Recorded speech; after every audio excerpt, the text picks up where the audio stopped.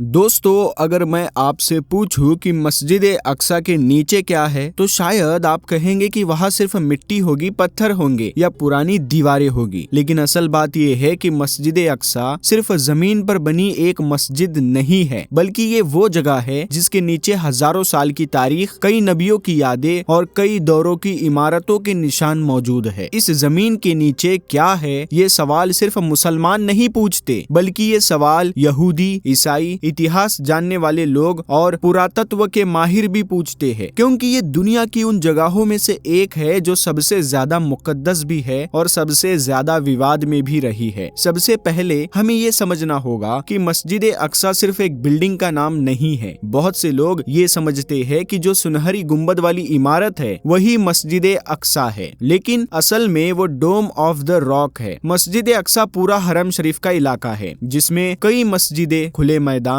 पुराने ढांचे और दीवारें शामिल है। यानी पूरी पहाड़ी जिसे हरम अल शरीफ कहा जाता है वही मस्जिद अक्सा का इलाका है। ये जगह इतनी अहम क्यों है, इसे समझने के लिए हमें बहुत पीछे जाना पड़ेगा। उस दौर में जब यरूशलेम शहर था लेकिन मस्जिद अक्सा नहीं थी। इस जगह का ताल्लुक हजरत दाऊद अलैहिस्सलाम और हजरत सुलेमान अलैहिस्सलाम के दौर से जोड़ा जाता है। हजरत दाऊद अलैहिस्सलाम ने यरूशलेम को अपना मरकज बनाया था और उनके बेटे हजरत सुलेमान अलैहिस्सलाम ने वहाँ एक बहुत बड़ा इबादत का घर बनवाया, जिसे यहूदी लोग हैकले सुलेमानी यानी सोलोमन का टेम्पल कहते हैं। बहुत से इतिहासकार और यहूदी रिवायतें ये मानती है कि ये मंदिर इसी पहाड़ी इलाके में था जहाँ आज हरम शरीफ और मस्जिद अक्सा मौजूद है। लेकिन इस बात पर इतिहासकारों के बीच पूरी तरह इत्तेफाक नहीं है, क्योंकि इस इलाके की पूरी खुदाई भी नहीं की गई। इसीलिए आज भी ये बात इतिहास और अकीदा दोनों का हिस्सा मानी जाती है। इतिहास के मुताबिक ये इमारत एक बहुत बड़ी इबादतगाह थी। ये सिर्फ एक इमारत नहीं थी, बल्कि एक धार्मिक और इल्मी मरकज था। लेकिन वक्त हमेशा एक जैसा नहीं रहता। कुछ सदियों बाद बाबिल का बादशाह बख्ते नसर आया और उसने यरूशलेम पर हमला किया। शहर तबाह हो गया और वो इबादतगाह भी गिरा दी गई। उसके बाद फिर कई साल बाद दूसरा मंदिर बनाया गया, लेकिन 70 ईस्वी में रोमन हुकूमत ने यरूशलेम पर हमला किया और दूसरा मंदिर भी तबाह बर्बाद कर दिया। इस तरह ये जगह बार बार तामीर और तबाही से गुजरती रही। यानी इस जमीन के नीचे सिर्फ एक दौर की इमारत नहीं, बल्कि कई दौरों की इमारतों के निशान मौजूद है। सदियां गुजरती गई, हुकूमतें बदलती रही, लेकिन ये जगह हमेशा मुकद्दस मानी जाती रही। फिर वक्त आया जब इस्लाम का दौर शुरू हुआ। जब हजरत उमर बिन खत्ताब रदी अल्लाह तआला अन्हु के दौर में मुसलमानों ने यरूशलेम फतह किया तो उन्होंने इस जगह का दौरा किया। उस वक्त ये जगह साफ नहीं थी, वहाँ कूड़ा और मलबा पड़ा हुआ था। हजरत उमर ने खुद अपने हाथों से उस जगह को साफ किया और वहाँ नमाज पढ़ी। बाद में उसी जगह मस्जिद की बुनियाद रखी गई, जो आगे चलकर मस्जिद अक्सा बनी। मस्जिद अक्सा इस्लाम में बहुत अहम है। ये इस्लाम का तीसरा सबसे मुकद्दस मकाम है। ये वही जगह है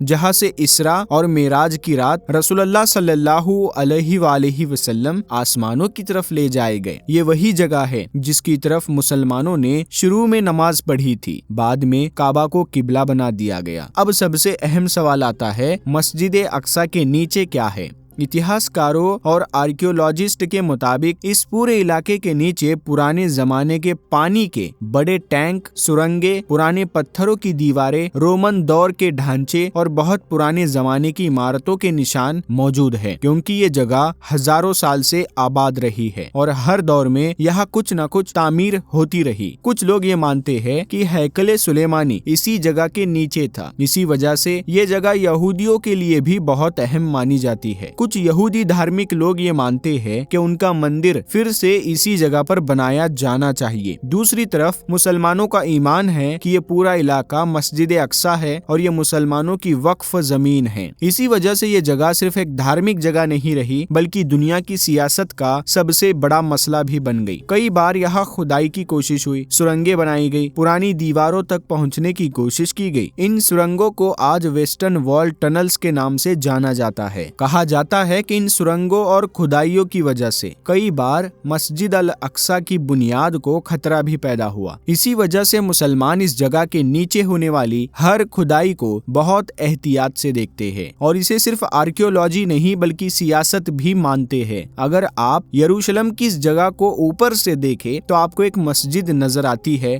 लेकिन अगर तारीख की नजर से देखें तो ये जगह कई अलग अलग दौरों, कई इमारतों और कई हुकूमतों के ऊपर खड़ी हुई एक ऐसी जमीन है जिसके नीचे सदियों की कहानी दबी हुई है। और शायद इसी वजह से इस जमीन के नीचे का इतिहास आज भी दुनिया के बड़े राजों में से एक माना जाता है। जब हम ये कहते हैं कि मस्जिद अक्सा के नीचे इतिहास की कई परतें मौजूद हैं, तो इसका मतलब ये है कि इस जगह पर हजारों साल से अलग अलग दौर में इमारतें बनती रही, टूटती रही और फिर उसके ऊपर नई इमारतें बनती रही। यही वजह है कि आज पूरे इलाके के नीचे सुरंगें, पुराने पत्थर, दीवारें, पानी के टैंक और पुराने जमाने के ढांचे मौजूद है। पुराने जमाने में यरूशलेम एक पहाड़ी शहर था और वहाँ पानी की बहुत कमी होती थी, इसीलिए पुराने लोगों ने जमीन के नीचे बहुत बड़े बड़े पानी के टैंक बनाए थे जिन्हें सिस्टर्न कहा जाता है। हरम शरीफ के नीचे आज भी ऐसे कई बड़े पानी के टैंक मौजूद है जिनमें बारिश का पानी जमा किया जाता था ताकि लोग उसे इस्तेमाल कर सके। कुछ इतिहासकार कहते हैं कि इन टैंकों में से बहुत कुछ पुराने हैं और कुछ बाद के इस्लामी दौर में बनाए गए। इसके अलावा इस पूरे इलाके के नीचे पत्थरों से बनी पुरानी सुरंगें भी है। इनमें से कुछ रोमन दौर की बताई जाती है, कुछ पुराने यहूदी दौर की और कुछ बाद के इस्लामी दौर की। इन सुरंगों का इस्तेमाल अलग अलग वक्त में अलग मकसद के लिए किया जाता रहा, जैसे पानी लाना, शहर के अंदर आने जाने के रास्ते या फिर इमारतों की बुनियाद मजबूत करने के लिए। आज जिन सुरंगों का सबसे ज्यादा जिक्र होता है उन्हें वेस्टर्न वॉल टनल्स कहा जाता है। ये सुरंगें हरम शरीफ की दीवारों के साथ साथ जमीन के नीचे जाती है। कुछ लोग कहते हैं कि ये सिर्फ पुरानी दीवारों को देखने और इतिहास समझने के लिए बनाई गई है, लेकिन मुसलमानों को डर रहता है कि इन खुदाइयों से मस्जिद अक्सा की बुनियाद को नुकसान पहुंच सकता है। इसी वजह से जब भी इस इलाके में खुदाई या सुरंग बनाने की खबर आती है तो पूरी मुस्लिम दुनिया में बेचैनी फैल जाती है, क्योंकि मुसलमानों का मानना है कि ये सिर्फ पुरातत्व यानी आर्कियोलॉजी का मामला नहीं है, बल्कि इसके पीछे सियासत और जमीन का मसला भी जुड़ा हुआ है। अब यहाँ एक और अहम बात समझनी जरूरी है। बहुत से लोग मस्जिद अक्सा को सिर्फ एक मस्जिद समझते हैं, लेकिन असल में मस्जिद अक्सा पूरा हरम शरीफ का इलाका है, यानी उस पूरे इलाके में नमाज पढ़ी जा सकती है। वो सब मस्जिद अक्सा का हिस्सा माना जाता है। इसी वजह से मुसलमान कहते हैं कि इस पूरे इलाके के नीचे जो भी है वो मस्जिद अक्सा की जमीन के नीचे है। यहूदियों का मानना है कि यहाँ कभी उनका मंदिर था जिसे सोलोमन टेम्पल या हैकले सुलेमानी कहा जाता है। उनका मानना है कि वही उनकी सबसे मुकद्दस जगह थी और उसे फिर से बनना चाहिए। दूसरी तरफ मुसलमानों का ईमान है कि ये जगह हमेशा से अल्लाह की इबादत की जमीन रही है और अब ये मस्जिद अक्सा की जमीन है। इसी वजह से ये जगह सिर्फ एक धार्मिक जगह नहीं रही, बल्कि दुनिया की सियासत का सबसे बड़ा मसला बन गई। यरूशलेम दुनिया के उन शहरों में से एक है जिन पर पूरी दुनिया की नजर रहती है। यहाँ होने वाली छोटी सी घटना भी कई बार पूरी दुनिया की खबर बन जाती है। 1967 की जंग के बाद जब यरूशलेम का कंट्रोल इजराइल के हाथ में आया तो मस्जिद अक्सा का इलाका एक बहुत नाजुक मसला बन गया। मस्जिद की धार्मिक देखरेख जॉर्डन के वक्फ बोर्ड के पास है, लेकिन सुरक्षा का कंट्रोल इजराइल के पास है। इसी वजह से वहां जाने, नमाज पढ़ने या मरम्मत करने जैसे काम भी कई बार सियासत से जुड़ जाते हैं। कई बार ऐसा हुआ है कि मस्जिद अक्सा के आसपास खुदाई की गई, सुरंग बनाई गई या पुरानी दीवारों तक पहुंचने की कोशिश की गई। मुसलमानों को डर रहता है कि अगर जमीन के नीचे बहुत ज्यादा खुदाई होगी तो ऊपर बनी इमारतों को नुकसान पहुंच सकता है। कुछ इतिहासकार ये भी कहते हैं कि यरूशलेम की ये पहाड़ी एक ऐसी जगह है जहां एक के ऊपर एक कई शहर और कई इमारतें बनी हुई हैं। यानी अगर जमीन को गहराई तक खोदा जाए तो अलग अलग दौर की दीवारें, पत्थर, बर्तन, सिक्के और इमारतों के निशान मिल सकते हैं। इसी वजह से आर्कियोलॉजिस्ट के लिए ये जगह बहुत अहम मानी जाती है। लेकिन मुसलमानों के लिए ये सिर्फ एक ऐतिहासिक जगह नहीं है, बल्कि ये एक मुकद्दस जगह है। ये वो जगह है जहाँ नबी सल्लल्लाहु अलैहि वसल्लम गए, जहाँ से मेराज हुई, जहाँ कई नबियों ने नमाज पढ़ी। इसीलिए मुसलमान इस जगह को सिर्फ इतिहास की नज़र से नहीं देखते बल्कि ईमान की नज़र से देखते हैं। अगर कोई इतिहासकार इस जगह को देखता है तो उसे ज़मीन के नीचे पुराने पत्थर, सुरंगें और दीवारें नजर आती है। लेकिन अगर कोई मोमिन इस जगह को देखता है तो उसे ये ज़मीन नबियों की ज़मीन, दुआओं की ज़मीन और बरकत की ज़मीन नजर आती है। और शायद इसी वजह से ये जगह सिर्फ ज़मीन का टुकड़ा नहीं रही बल्कि ये ईमान, इतिहास, सियासत और इंसानियत के जज्बात का मरकज़ बन गई।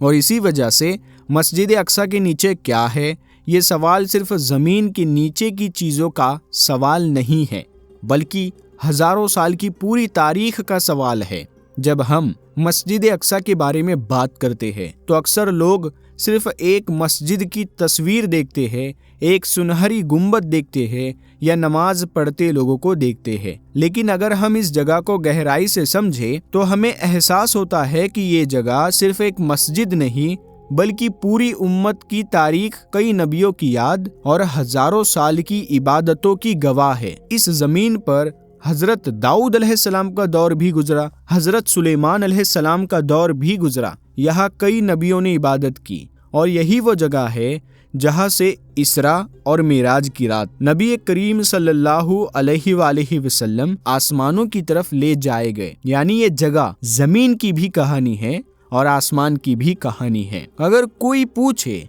कि मस्जिद अक्सा के नीचे क्या है तो इसका जवाब सिर्फ इतना नहीं कि वहाँ सुरंगें हैं या पुराने पत्थर है। इमारतें बदलती रही, हुकूमतें बदलती रही, लोग बदलते रहे, लेकिन ये जमीन आज भी मुकद्दस है और शायद हमेशा मुकद्दस रहेगी। यरूशलेम की ये जमीन दुनिया की शायद वो जगह है जहाँ सबसे ज्यादा नबी आए, सबसे ज्यादा इबादतें हुई और सबसे ज्यादा लड़ाइयाँ भी। यानी ये जमीन इबादत की भी गवाह है और इंसान की लालच और सियासत की भी गवाह है। आज पूरी दुनिया इस जगह को लेकर बात करती है, खबरें बनती है, सियासत होती है, फैसले होते हैं। लेकिन एक बात बहुत कम लोग समझते हैं कि मस्जिद अक्सा मुसलमानों के लिए सिर्फ एक इमारत नहीं है, ये हमारे ईमान का हिस्सा है। जैसे मक्का और मदीना हमारे लिए अहम है, वैसे ही मस्जिद अक्सा भी हमारे लिए बहुत अहम है। इतिहास बताता है कि हजरत उमर बिन खत्ताब रदियल्लाहु ताला अन्हु जब यरूशलेम आए तो उन्होंने किसी महल में नहीं बल्कि इसी मुकद्दस जगह पर नमाज पढ़ी। उन्होंने इस जगह को साफ किया, इज्जत दी और यहाँ इबादत को फिर से जिंदा किया। बाद में मुस्लिम हुकूमतों ने यहाँ मस्जिदें बनवाई, इमारतें बनवाई, इल्म के मरकज बनाए। फिर एक ऐसा दौर भी आया जब ये जगह मुसलमानों से छिन गई। फिर सलाहुद्दीन अय्यूबी ने इसे वापस हासिल किया। यानी ये जगह हमेशा इम्तिहान की जगह भी रही है। शायद अल्लाह तबारक व तआला इस जमीन के जरिए उम्मत का इम्तिहान भी लेता रहा है। अगर आप आज की दुनिया को देखें तो आपको लगेगा कि दुनिया में बहुत जगहों पर जंग होती है, बहुत जगहों पर सियासत होती है, लेकिन मस्जिद अक्सा का मामला अलग है। यहाँ सिर्फ जमीन का मामला नहीं है, यहाँ आस्था का मामला है, इतिहास का मामला है, मजहब का मामला है। और शायद इसी वजह से मस्जिद अक्सा की जमीन हमेशा खबरों में रहती है,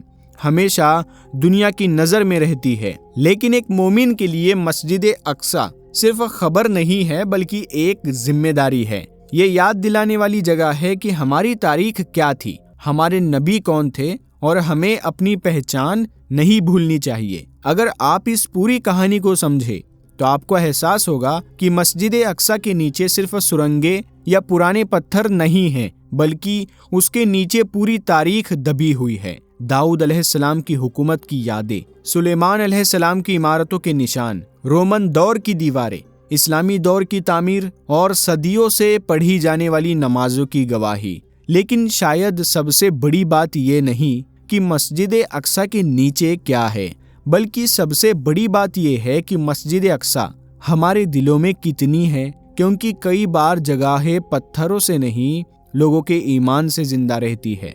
आज भी अगर आप वहाँ के लोगों को देखें तो छोटे बच्चे, बूढ़े लोग, औरतें, जवान सब मस्जिद अक्सा के अंदर बैठते हैं, नमाज पढ़ते हैं, कुरान पढ़ते हैं और कहते हैं कि ये मस्जिद हमारी है, ये अल्लाह का घर है और इसे कोई हमसे छीन नहीं सकता। इतिहास हमें यह सिखाता है कि इमारतें टूट सकती है, शहर बदल सकते हैं, हुकूमतें बदल सकती है, लेकिन अगर ईमान जिंदा हो तो मस्जिदें हमेशा जिंदा रहती है। और शायद मस्जिद अक्सा की सबसे बड़ी हकीकत भी यही है कि ये सिर्फ पत्थरों की मस्जिद नहीं है, बल्कि ये सब्र, ईमान, तारीख और उम्मत की यादों की मस्जिद है। इसीलिए जब अगली बार कोई आपसे पूछे कि मस्जिद अक्सा के नीचे क्या है, तो आप सिर्फ ये मत कहना कि वह सुरंगें है या पुराने खंडहर है, बल्कि ये कहना कि मस्जिद अक्सा के नीचे हजारों साल की तारीख दबी है और उसके ऊपर उम्मत का ईमान खड़ा है।